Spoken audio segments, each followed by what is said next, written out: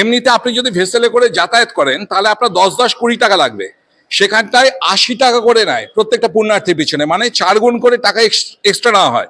অর্থাৎ যত লক্ষ পুণ্যার্থী যাবে তার জন্য এক্সট্রা তাদেরকে 4 গুণ টাকা দিতে হচ্ছে।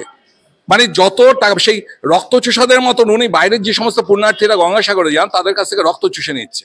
যেমন টিকিটের দাম, যেমন বাসের টিকিট এবং লঞ্চ এবং ভেসেলের টিকিটের দাম পুণ্যার্থীদের 4 গুণ বাড়িয়ে দিয়েছে এবং তাদের কাছ থেকে লক্ষ লক্ষ টাকা ইনকাম করছে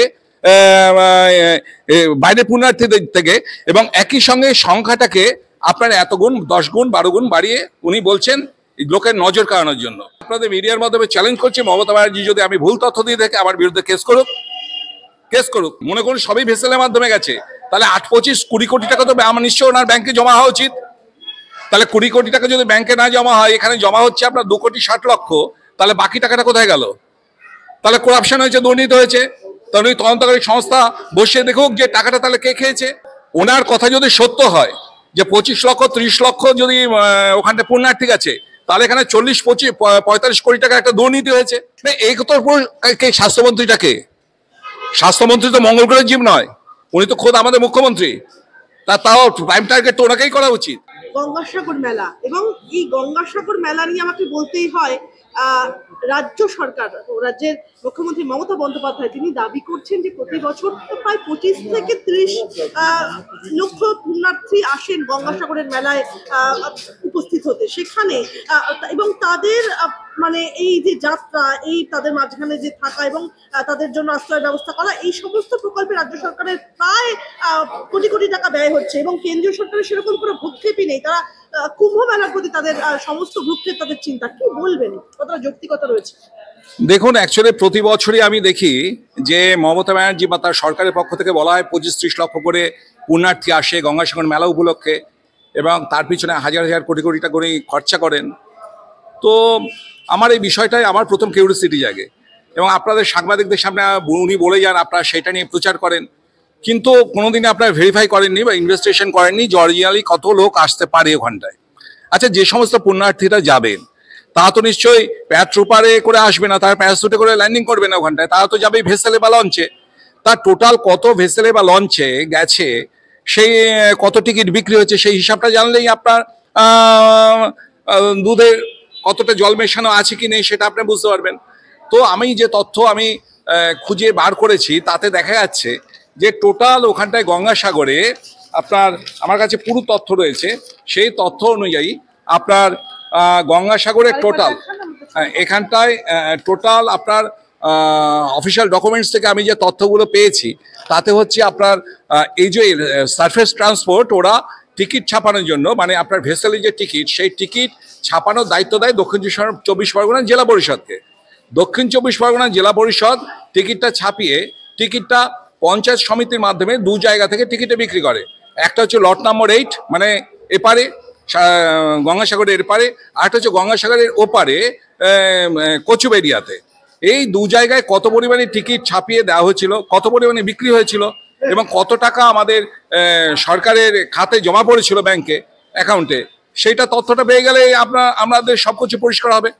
দেখুন, এটা হচ্ছে 2024 সালের হিসাব। টোটাল টিকিট ছাপানো হয়েছিল 2,52,000, এবং তার মধ্যে 2,52,000 যে টিকিট জেলা পরিষদ ছাপিয়েছিল, সারফেস ট্রান্সপোর্ট যে ছাপাতে দিয়েছিল দক্ষিণ 24 জেলা পরিষদকে, জেলা পরিষদ টিকিট যে ছাপিয়ে পঞ্চায়েত সমিতিকে দিয়েছিল, তার মধ্যে 86,249টা টিকিট ফেরত আসে। এবং প্রতিটা টিকিটের দাম ওখানটায় দেখুন মমতা ব্যানার্জির কি চালাকি, এই এমনিতে আপনি যদি ভেসেলে করে যাতায়াত করেন তাহলে আপনার 10-20 টাকা লাগবে, সেখানটায় 80 টাকা করে নেয় প্রত্যেকটা পুণ্যার্থীর পিছনে, মানে 4 গুণ করে টাকা এক্সট্রা নেওয়া হয়। অর্থাৎ যত লক্ষ পুণ্যার্থী যাবে তার জন্য এক্সট্রা তাদেরকে 4 গুণ টাকা দিতে হচ্ছে। মানে যত টাকা, সেই রক্ত চুষাদের মতন উনি বাইরের যে সমস্ত পুণ্যার্থীরা গঙ্গাসাগরে যান তাদের কাছ থেকে রক্ত চুষে নিচ্ছে।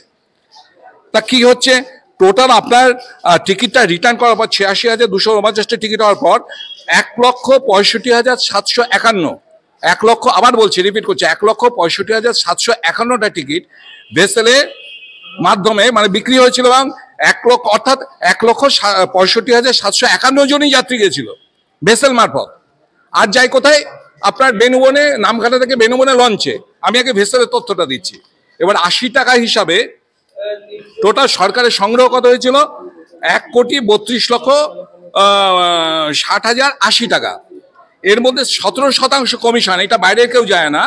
এই যা টিকিট বিক্রি হবে 17% কমিশন কেটে নেয় জেলা পরিষদ এবং পঞ্চায়েত সমিতি মিলে।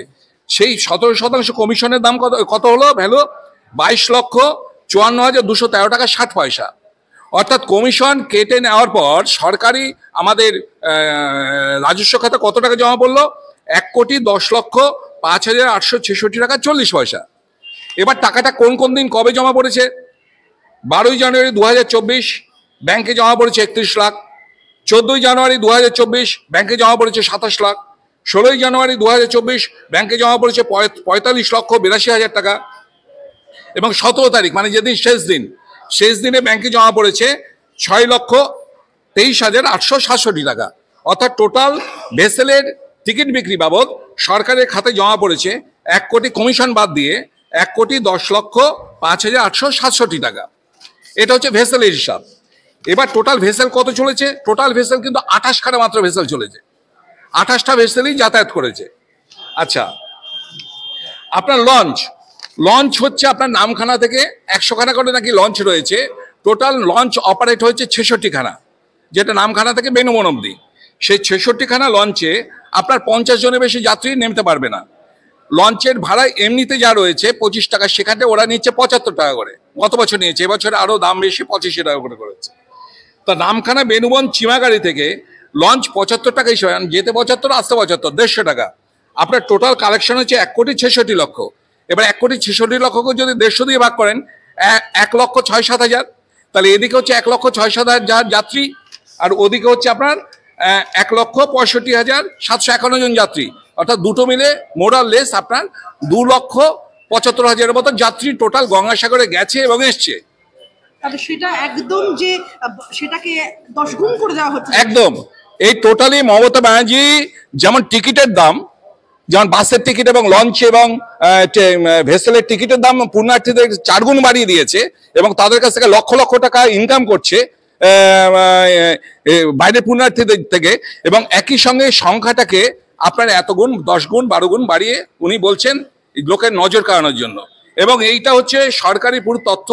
এবং আমি আপনাদের মিডিয়ার মাধ্যমে চ্যালেঞ্জ করছি, মমতা ব্যানার্জি যদি আমি ভুল তথ্য দিয়ে থাকে আমার বিরুদ্ধে কেস করুক।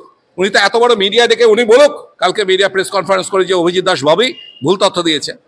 তো এই হচ্ছে সরকার যে মিথ্যা লগ্নে যা জন্ম, তা সে তো মিথ্যায় তথ্যই দিয়ে যাবে। মমতা ব্যানার্জি বেসিক্যালি ওনার প্রথম থেকে আপনি শুরুয়াত থেকে দেখবেন এখন পর্যন্ত উনি মিথ্যা তথ্য, মিথ্যার বেসাতিতে উনি পুরো এখানে রাজত্ব চালাচ্ছেন এত বছর ধরে। এইটা এক্সপোজ হওয়ার দরকার আছে।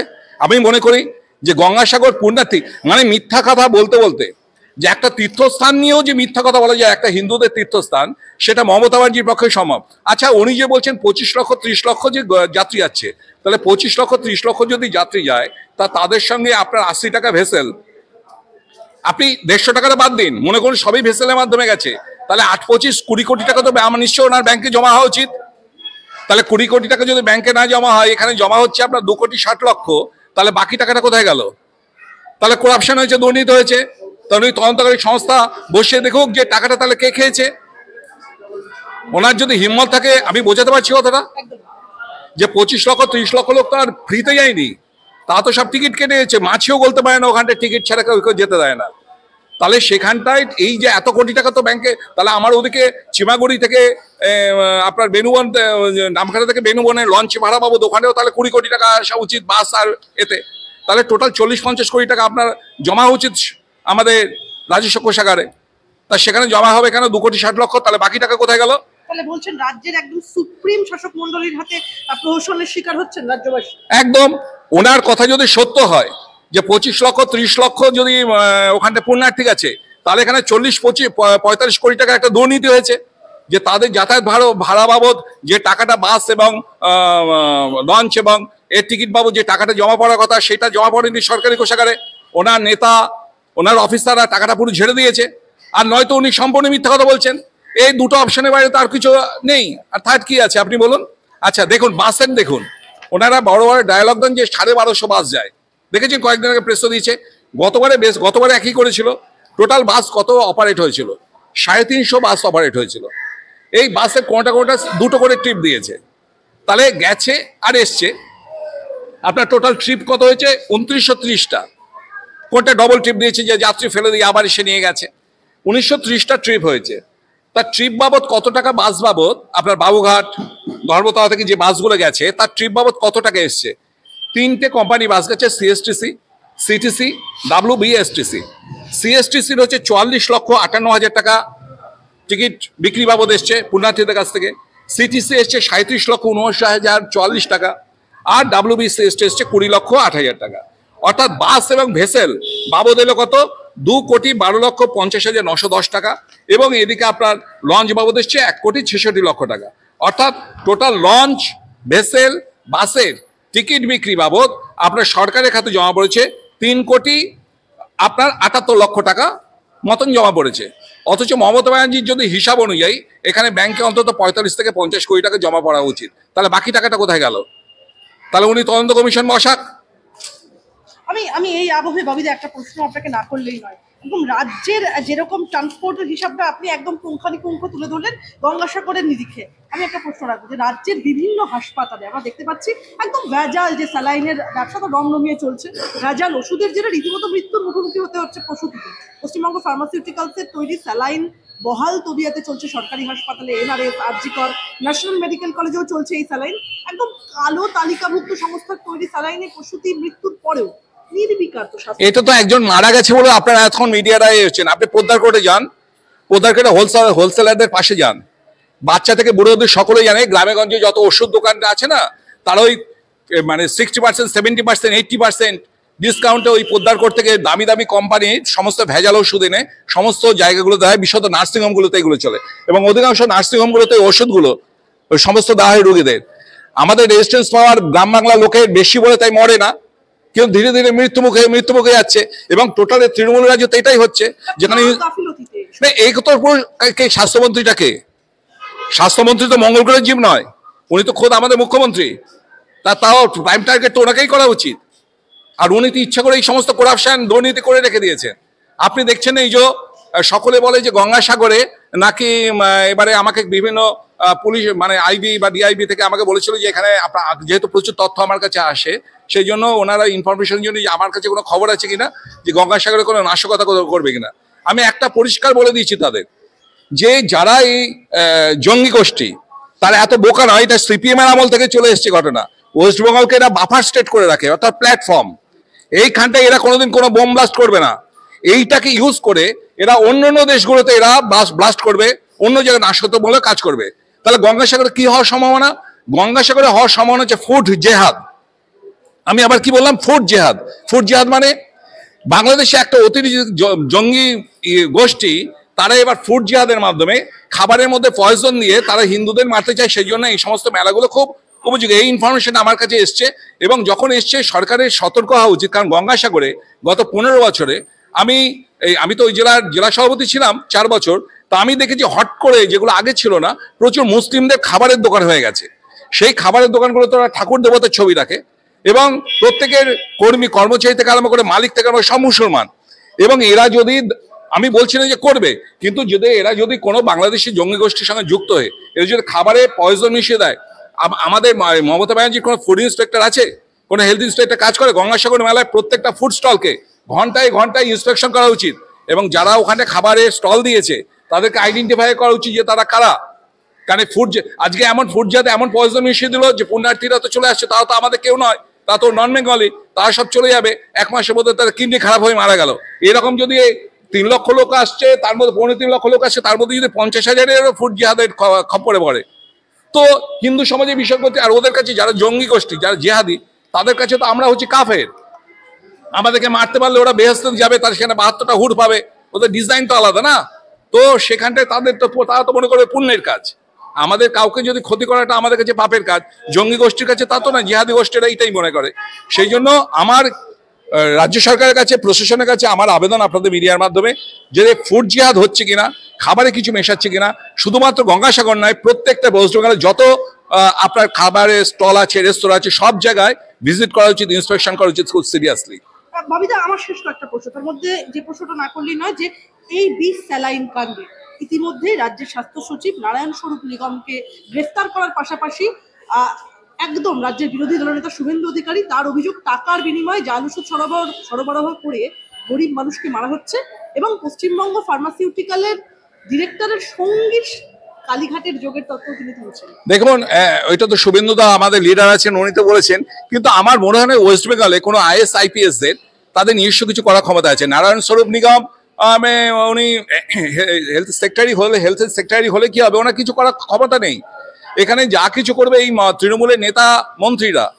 এখানে ওনারা শুনুন, মমতা ব্যানার্জির এই 14-15 বছরের রাজত্বে না মানুষের মধ্যে এমন একটা ধিক্কার এসে গেছে যে আপনার যে কোনো ভদ্রবাড়ির আগে কি হতো, আমাদের স্টুডেন্ট লাইফে কেউ আইএস আইপিএস WBCS অফিসার হবে, একটা আলাদা একটা ছিল যে টেনাসিটি ছিল যে আমরা হব ভদ্রবাড়ির বা ছেলে মেয়েদের, মানে যারা এডুকেটেড ফ্যামিলির ছেলে মেয়েদের।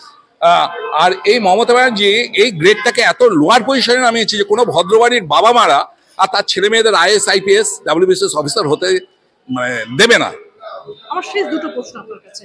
ফ্লুইড ভেজাল হতে পারে সেই আশঙ্কায় ইতিমধ্যেই রাজ্যের বিভিন্ন সরকারি হাসপাতালে রোগীদের সমস্ত রকম ফ্লুইড বন্ধ করে দেওয়ার নির্দেশ দিয়েছে বিভিন্ন হাসপাতাল কর্তৃপক্ষ। যতক্ষণ না নতুন করে ফ্লুইড সরবরাহ করতে পারছে ততক্ষণ রোগী সামান্যতম এই পরিষেবা থেকেও বঞ্চিত হবে। এবার ভেবে দেখুন যে রোগী কোমায় আছে তাদের হাইড্রেশন মেনটেন হবে বা কি করে, কিংবা সিভিয়ার পেট খারাপের রোগী তাদের সেলাইন না দিলে বাঁচবে না। আমাকে জিজ্ঞেস না করে আপনার মমতা ব্যানার্জিকে জিজ্ঞেস করুন না, যিনি নাকি 3টে পোস্ট গ্রাজুয়েট ডিগ্রি আর একটা ডক্টরের ডিগ্রি আছেন। ওই মহিলাকে জিজ্ঞেস করুন যিনি 14 বছর ধরে যিনি রাজত্ব করছেন, উনি নাকি হাইলি এডুকেটেড, তা ওনার তো কনসাসনেস থাকা উচিত যে কিভাবে চলবে না চলবে। মানে টোটালি একটা ভণ্ড মহিলা আমাদের মুখ্যমন্ত্রী হয়েছে। এই যে বলে না যে বড় বড় ডায়লগ দেয় না যে ওনার নাকি 3টে ডিগ্রি আছে, হ্যাঁ উনি নাকি মাস্টার ডিগ্রি করেছেন, উনি নাকি বিএড করেছেন,